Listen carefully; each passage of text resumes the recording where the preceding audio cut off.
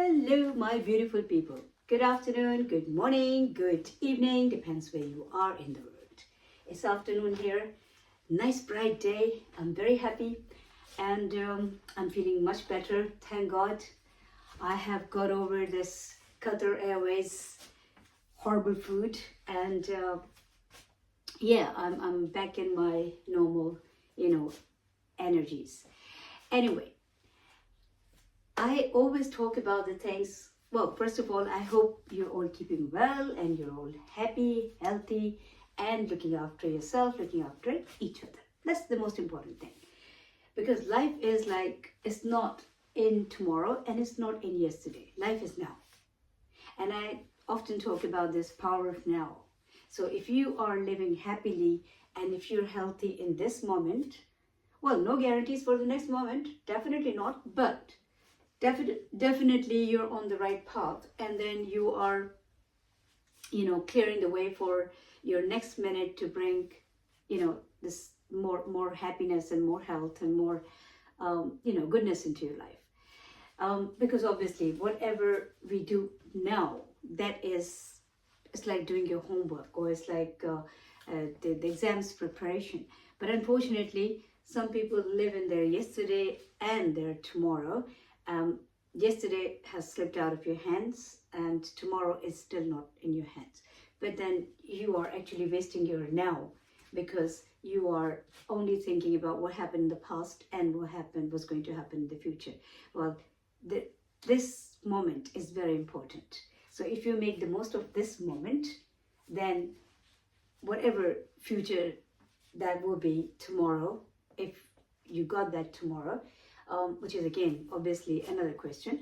So then you tomorrow will definitely bring you will reap the whatever you sow today. So anyway, but it's all about patience. It's all about believing in nature. It's all and believing in God, and it's all about going through the process. But we have stopped going through the process now. We just want everything on our fingertips, on at a click. We just want everything there. The genie's lamp. Yeah, what I think everybody wants a genie's lamp. So, but there's no genie's lamp, because you are the genie of your life, and you don't need to rub on any lamp for making yourself do well or do better. You just need to be yourself. You just need to be happy and confident in yourself, because you are who you are. You can never be me, and I can never be you, because we are all individuals. We have our own very unique identity. And again, because I talk too much, so I have talked about it. The biggest example for that I can give you, which is the easiest one to understand anyway, is your thumbprint. See, there's no other like yours. So that means like you are unique. So don't get merged in the crowd, okay? I'm not saying that you should start thinking like, oh, you are separate, or you are separate from everybody else, or you are actually superior than anybody else. No, what I'm saying is everybody is unique. You are special, but everybody else is also special in their place. So that's why. And when it comes to understanding the things, as I said, like we just need a genie's lamp to rub on and then say, hey, get me this and get me that. Well, life doesn't work like that. It does. Actually, it does. And that's the secret. Because if you are yourself, that means you're also within your energy. And you're not wasting it in useless thoughts of what happened yesterday, who did what, who said what's going to happen, tomorrow. Don't waste your energy. If you have your energy intact and you respect it and you recognize it, believe me, you can do anything. Trust me, you can do anything. And not physically doing anything. I'm not saying, because God is definitely working for this whole universe. God has created everything. You might have different beliefs. You might say something differently, but this is my belief and it's my video, so I can say it. And I feel that if whichever God you believe in, or if you don't believe in God, then whatever you believe in, well, something is there, isn't it? Because you're not obviously looking after everything around you. And when it comes to science, evolution, and all that stuff, yeah, I'm not against that. But guys, let's just be realistic. How much science knows so far, even about whatever they know about? They're still working on it, researching, every day finding out very little things or very big things. And still it's not completed. So the chapter is not completed yet. So that's not countable. Not 100%. Right? Let's be honest and realistic about it. So somebody up there is looking after everything. This is not your show. And it's not my show. This is a combined show. Whoever comes on the stage, like Shakespeare said, I don't know, people say Shakespeare said it, I don't know, even Shakespeare's dramas, sometimes they get, there is a controversy about it, but I don't know. But whoever said it, that the world is a stage, and we are all there to play our role, and we are different characters. That's who we are, that's true. Whoever said it, spot on, very right, yes. So guys, do your role to its maximum. Do it to your best. And you will see everything around you will fall in place. Things are just within your power. They are. Some religious figure, because obviously everybody believes in different religion and different beliefs and all that. So no need to mention the name, but there's a very big name, and it's this gentleman. Somebody asked him, how much control I have on my life, and he said, lift your one foot. He did. So he said, now lift the other foot too. And it's like, I'll fall. How can I do that? He said, well, this is how much control you've got in your life. So let's just be realistic, okay? We do have some control, but we have only limited control. So whatever control you have on your life, once you start using it positively, and once you start, using it, to its max, then the other control that is not in your hand, that is in God's hands, in your Creator's hands, in some highest, Almighty's hands, then He will use that to match it with your control. He will, because you're putting in effort. See, if you sit down and you want somebody to feed you, to cook your food and put the bites in your mouth and maybe even digest it for you, or even maybe go to the toilet for you, well, that's not possible. See, the thing is, you have to do your bit. And once you're doing your bit honestly and 100%, there's nothing that can stop the other half from happening. It's because nature, God is all fair. Nature is all fair. It's not a human being we're talking about. It's God. And He's all fair. So once you do your bit, be sure the other half will be done. It will, it will definitely, to match with your efforts, it will bring more success, more achievement in. Fingers crossed. Policies. Why do we make policies? We make policies to make people's life difficult? I don't think so. I think the idea was we make policies to provide, people, to help people, to provide them some convenience in their life. Well, that's how I think about it. But what's happening? Our policies are working against us. Sometimes I feel it's like people have become robots. It's like they talk like computer. They it's like like that. I was only trying to make it up. No, but the thing is, people sometimes it's like, oh, this is on the paper, but who made the paper? Oh, this is our policy, but who made the policy? You made the policy. Maybe somebody higher than you made the policy. So look at your customer. Why I'm saying this? Because I've been to, there was a big supermarket. I was in Tesco's yesterday. And it's a very big supermarket.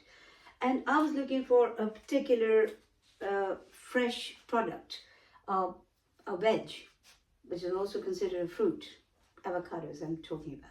So I was looking for that, and it's been few trips ever since I've come back. I've been going back and forth for avocados, and every time they say sold out, run out, whatever.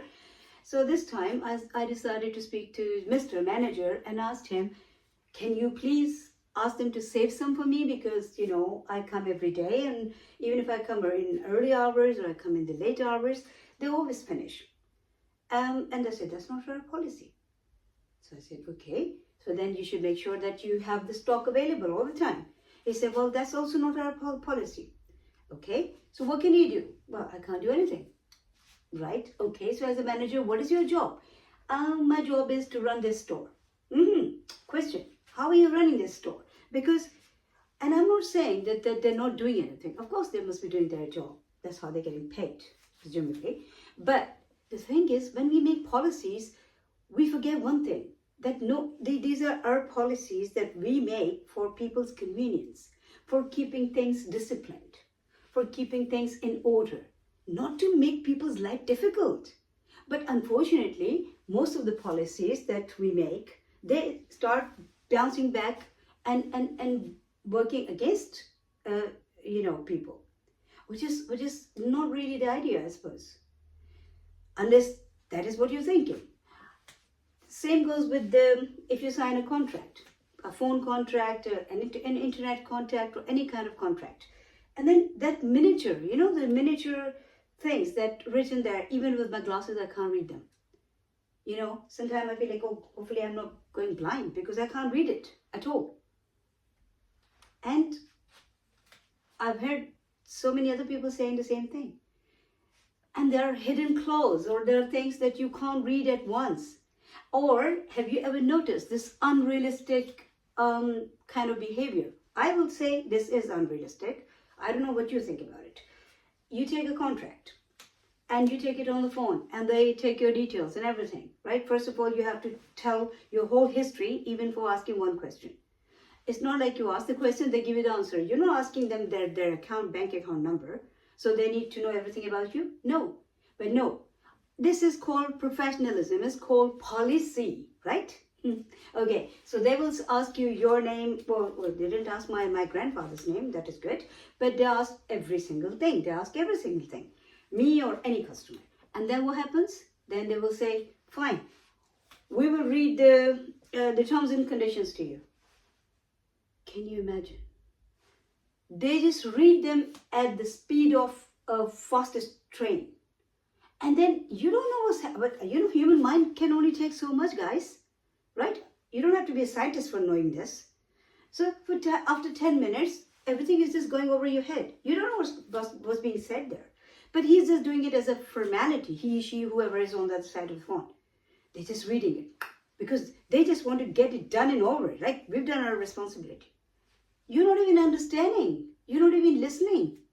Because after a certain time, you cannot cope with that, whatever so-called information is being provided to you. What information means? Information means like you understand it better, then you agree to that, but you're not even understanding it. Funny policies and funny behaviors, and we're just becoming machines. I think machines will start thinking instead of humans now, because humans have stopped doing that. So, coming back to this policy thing, I think it's very important that when we make policies, we should also be a little flexible and considerate and thoughtful, and not like machines. Okay, it's done, now it's done. Who made the policy? You made the policy. Why you made the policy? Because you want to keep the things disciplined and you want to provide people a better service. Well, service is disappearing. Policy is there, but service is not there, right? Because everything you get rid of by saying it's not our policy or it is our policy, and in your head you think like you're leaving other person speechless. But there's a lot to say, but then you don't have the time, because the the most unavailable thing, the most what's the word? Yeah, the most unpresent or absent thing is time. Everybody's singing like, I don't have the time. Madam, I don't have the time for all day to listen to you. Oh, I've got to go and I've got to do this and I've got to do that. This is not respecting time. No, this is like misusing the word time for running away from so many things, for avoiding so many people, including your relations, right? In today's life, a son says to his mother, oh, I don't have the time. I couldn't get the time to call you or to message you. Wow. Okay. So that means like we are not using the time is using us.